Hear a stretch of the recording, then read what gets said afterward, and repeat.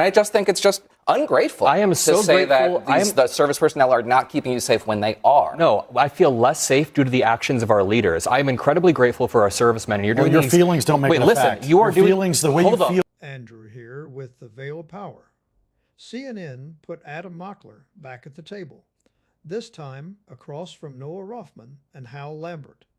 Within minutes, Rothman called this young man ungrateful to American service members. But look at what Adam actually said. He said he feels less safe because of the decisions our leaders are making. Not the troops, the leaders. He was grateful to the servicemen and said so plainly. Rothman decided those two things were the same. They are not, and Adam knew it. Here's what this fight was really about. Young people watched Iraq, Afghanistan, and now Iran, told every time this one is different. That is not ingratitude.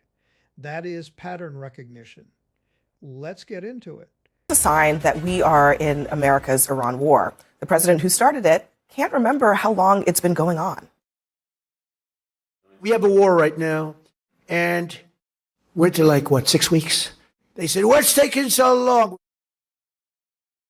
Not quite. We are in the 10th week of the war and the third month, with no end in sight, frankly. Donald Trump may not be keeping track, but Americans certainly are, via their gas prices. It's hit another high today, and one expert says that you can expect to see $5 at a pump if the Strait of Hormuz doesn't open soon. Now, the president is also dismissing how unpopular the war is. They give me fake polls. They tell me about polls and this. You know, it's interesting. They did a poll on the war with Iran, and they said only 32% of the people like it. Well, I don't like it, and I don't like war at all. They said 32% of the people are against President Trump. Well, when you explain it, like, is it okay for Iran to have a nuclear weapon? It wouldn't be 32%. But even if you said that, there'd be a 32% because the polls are fake. I mean, they're totally fake. For the reality, at the start of the war, Americans were pretty evenly divided in their support for the conflict. But now, 61% say that the campaign in Iran was a mistake. And there is a clear generational gap, too. While older Americans are split, 61% under the age of 35 oppose the war. And 80% of those under 30 say there were no sufficient reasons to attack Iran in the first place, while 51% over the age of 65 say that there were. So this generational divide, I think, when it comes to war, has always been a thing in America, but it seems particularly acute right now, Adam.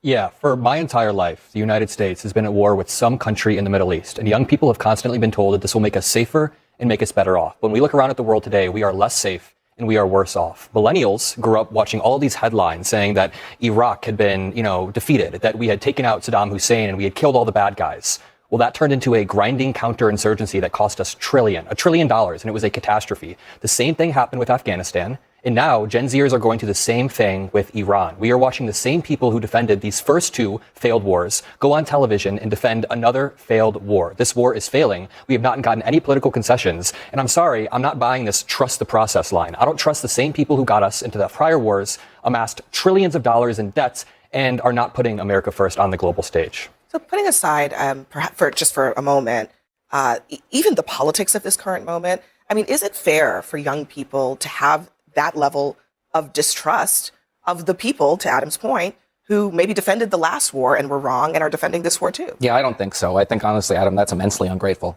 to American service personnel and the people who keep us safe every day. After 9/11, it was by no means guaranteed that there would be no mass casualty terrorist attack on American soil in the immediate aftermath of that attack, especially since we had events in Madrid, in London, etc.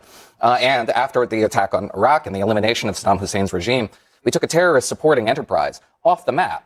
We don't talk about Iraq anymore as a threat to national security because it isn't. And those who would pretend as though Iran is not a national security threat and are just frankly dismissive of the extent to which American service personnel get up every day to stop these people from executing the attacks on American and their allies that they plan every single day. This is a thorn in our side. It absorbs a lot of American taxpayer dollars, to say nothing of the energy of our service personnel. And I just think it's just ungrateful. I am so to say grateful. That the service personnel are not keeping you safe when they are. No, I feel less safe due to the actions of our leaders. I am incredibly grateful for our servicemen. You're doing your feelings don't make it a fact. You are your feelings, the way you feel doesn't make it. You're more let me finish. He was talking to me. He was talking to me. Hold on a second, Hal. I'll let you respond. No one was talking to me. Let him finish. You are doing the exact same thing that I just laid out in the opening. You are telling young people they shouldn't be asking questions. They shouldn't be questioning the people in power because it's ungrateful. Questions about the nature of the then what was ungrateful about what I said? I said that the leaders are making us less safe, and I can prove that. Right now, Iran has control over the Strait of Hormuz, and that is a weapon they didn't have control of 2 months ago. Of course they did. They shut down the Strait of Hormuz in the 80s. And they opened it up in the 80s. Oh, by the way, Iran with a nuclear weapon, you think gas prices are high right now? Iran with a nuclear weapon, we'd have unlimitedly high gas prices. They would take control of the Strait of Hormuz, and they would blackmail the world. Why are they having a nuclear weapon? Where's the enriched uranium right now? They're non-existent. Where's the enriched uranium? We're going to get the enriched uranium. No, where is it? I want you to answer. It's buried right now. But where is it buried? You're asking me. I'm not in the classified briefings, and neither are you. So just where is it buried? We know it's buried in Iran. Let me finish. Okay, Adam. We are more safe than we were before we took out Iran's nuclear capabilities. Absolutely more safe. The Strait of Hormuz is going to be open, and Iran's not going to control it. That is absolutely going to happen. It doesn't matter if it's 2 weeks or 2 months. It does actually matter because economists are saying if it's closed for a few more months, then we're going to go into a recession. So it does matter. It absolutely does matter. No one's predicting that because the markets that are all-time high. No one's predicting that? The markets that are an all-time high, the markets aren't predicting it. With the oil markets? The inflation rate has stayed where it is. And by the way, what was inflation unemployment has stayed low. So when you're talking about everyone's predicting this. Can you look the average American in the eye? Just to be clear, inflation has ticked up. Yes. It has not stayed the same. But Bobby, you were around for the politics and the conflict of the last two Middle East wars. What do you make of this generational debate about whether it's wise to be going into another conflict in this region? Well, I can't fault the logic that when you've seen this happen through your lifetime and you're still living with the consequences of it in one fashion or the other, you're bound to be reluctant to get into the war. Nobody's disputing for the fact that for a moment that the Iranian regime are bad guys. But when you hear the president and our leadership constantly changing the explanation they're giving for why we're at war, constantly changing the timetable of how long this is going to last, and then forgetting how long it has been going on, then you're right to push back and say, kindly give us a clearer explanation for why we're there, how long we're going to be there for. It's not enough to say, sit at this table and say, it'll be over, and then the Straits of Hormuz will be open. We've got no indication of that being the case. When the straits were closed, we were told this is a matter of days. Now it's been a matter of weeks, and we're no closer to it being open than we were 2 weeks ago, 3 weeks ago, 4 weeks ago. And on top of what you're saying there, I think one of the big problems with where we are in this conflict is that very clearly the administration has determined, because they've basically ended the kinetic conflict of it all, they've determined that the only way to actually get the things that we want, which is Iran abandoning its nuclear ambitions, moving away from funding terrorism, is to get to the negotiating table, which is the same truth that existed a year ago after they did the first set of strikes. So, I think that's part of the problem, is that war has not necessarily gotten us the outcome that they say that we are trying to get here. No, and that's because the rationale for the war has shifted multiple times. No one here has ever said we want a nuclear-armed Iran. That is a red herring at this point, because it's the only talking point that the pro-Trump folks have, because they've gotten themselves into a situation that they were unprepared for. And what's incredibly ungrateful, you know who's incredibly ungrateful? Donald Trump and Pete Hegseth, for the men and women who are serving in this war, who are on deployments that are extra long, who are not getting their ships resupplied, who don't understand what they're doing over there, who are being taken for granted. Our military is the greatest in the world, and the men and women who serve are the greatest in the world, and they are being taken for granted as props in a political effort by Donald Trump to make himself feel better till he can distract from everything else that's going on domestically. And now he's gotten himself into a situation where he can't even explain cogently why we're there, what's going on, and why the American people should have to pay the price for it. So that's what's going on here. When I was a Republican for many years, we absolutely looked at Iran as the threat that it is, and absolutely were trying to do things to make sure that they did not continue to be the world's sponsor of terror. But this isn't it. This is not it. Noah, you talked about Adam, you accused Adam of being ungrateful. I just want you to look at these charts. Look at what happened to public opinion when it came to the war in Afghanistan. Was it a mistake for the U.S. to send military forces to Afghanistan? The war started out as incredibly popular, and then it became much less popular. So about half of Americans said that it was a mistake, and about half said that it was not. The same is true of Iraq. Incredibly popular, right decision, 72% back at the beginning of it. And by the end of the conflict in 2014, it was down to 38%. Mm-hmm. Are all of these Americans ungrateful? I imagine many of them they ended up tasting the consequences of the war, including the impacts on their lives, people that they knew, people who may not have even lost their lives in theater but came back forever scarred by it.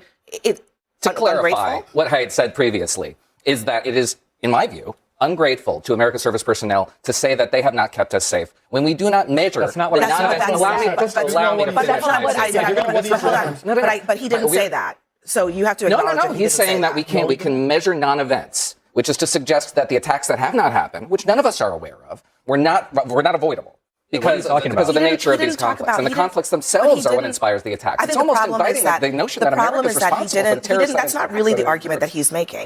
The argument that he's making is that the people who made the arguments to go into these conflicts in the first place misled, which is a fact. And secondly, that the conflicts ended up lasting a very long time, costing a lot of American treasure, and those are also facts.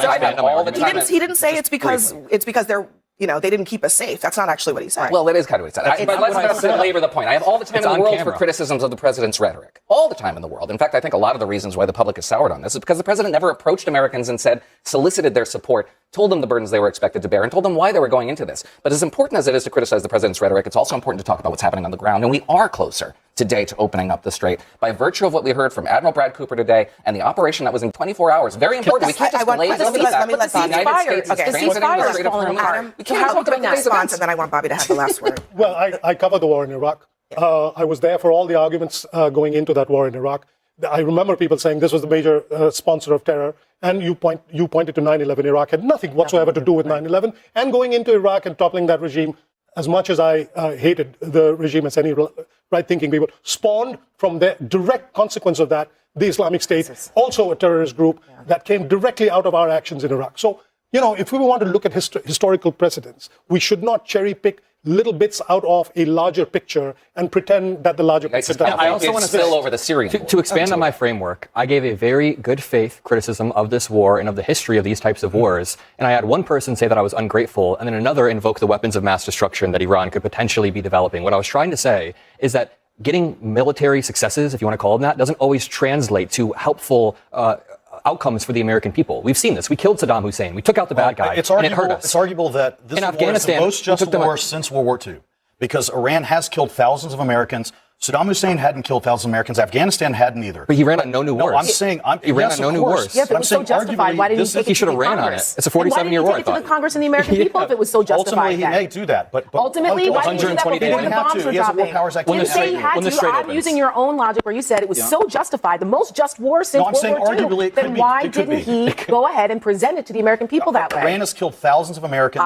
We know we've established this. Iran is a threat to the world. Okay, if they get nuclear weapons, they would control the Strait of Hormuz anytime they wanted to, and people wouldn't be able to do anything about it. They do if not you think we need have high oil prices now, we're going to have skyrocketing. They do not need nuclear weapons to control the Straits of Hormuz. The Straits of Hormuz are right there. You can't change geography. They need small speedboats. They just need to issue a threat. What happened in the last few weeks? They didn't do anything. All they had to say was, we're going to shut the straits, and the markets did the rest. The insurance companies refused to insure ships. Shipping companies refused to go. They do not need nuclear weapons to shut. That is resolvable in the Horn of Africa and the Strait of Malacca. It's resolvable in Hormuz. All right, Bob. Let's name the move at the center of this segment because it is one of the oldest tricks around.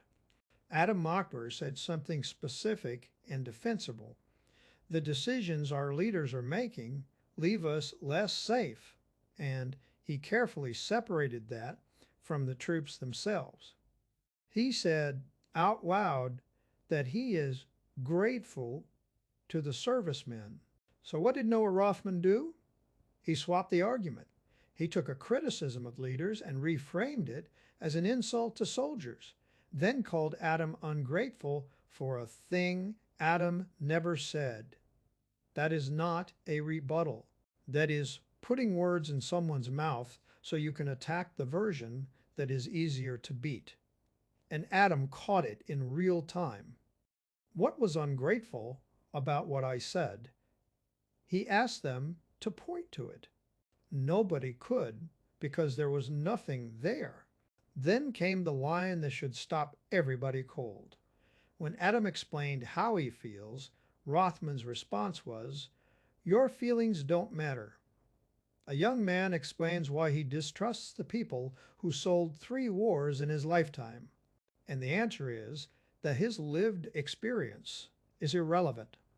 That is the generational disconnect in one sentence.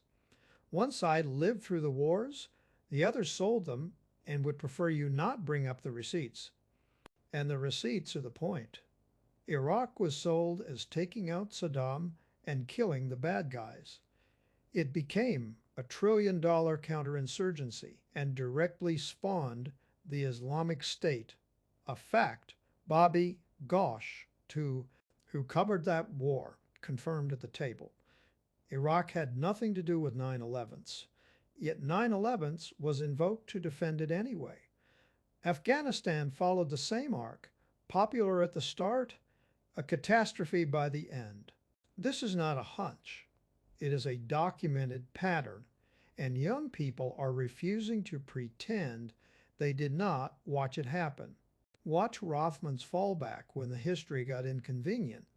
He pivoted to the idea that we cannot measure the attacks that never happened, that service members stop threats we will never hear about. Notice what that does. It makes the argument unfalsifiable. If things go well, the wars worked. If things go badly, imagine how much worse it would have been without them. You can never lose a debate when your evidence is events that left no trace. That is a way to avoid ever being held accountable for an outcome. Then there was the nuclear weapon card, which Hal Lambert reached for, the moment the history got tight. Where is the enriched uranium? Adam asked. The answer was, we are going to get it. It is buried somewhere. Neither of us is in the classified briefings. Sit with that. The justification for the war is a weapon whose location the defenders cannot identify based on briefings they admit they have not seen. Meanwhile, the measurable thing, gas prices climbing toward $5 a gallon, the Strait of Hormuz still contested, the timeline sliding from days to weeks to months, all gets waved away as temporary. The speculative threat is treated as certain. The actual cost is treated as noise. And here's the deepest point, the one they could not answer. Military success does not automatically become a good outcome. We killed Saddam. We took out the bad guy. And the region got less stable, not more. Winning the battle and winning the peace are two different things. And the people selling these wars keep collecting credit for the first while never being asked about the second. Even the president cannot remember how long his own war has been. Running, the rationale keeps shifting. The timeline keeps moving. That is exactly why the distrust is rational. So, no, this is not ingratitude. It is a generation told to trust the process 3 times, that watched it fail 3 times. Asking hard questions is not disrespect to the troops. It is the highest form of respect, because it insists their sacrifice be worth something. If this one resonated, leave a comment, share it with someone who needs it, and subscribe to the Veil of Power. Andrew out. Let's go.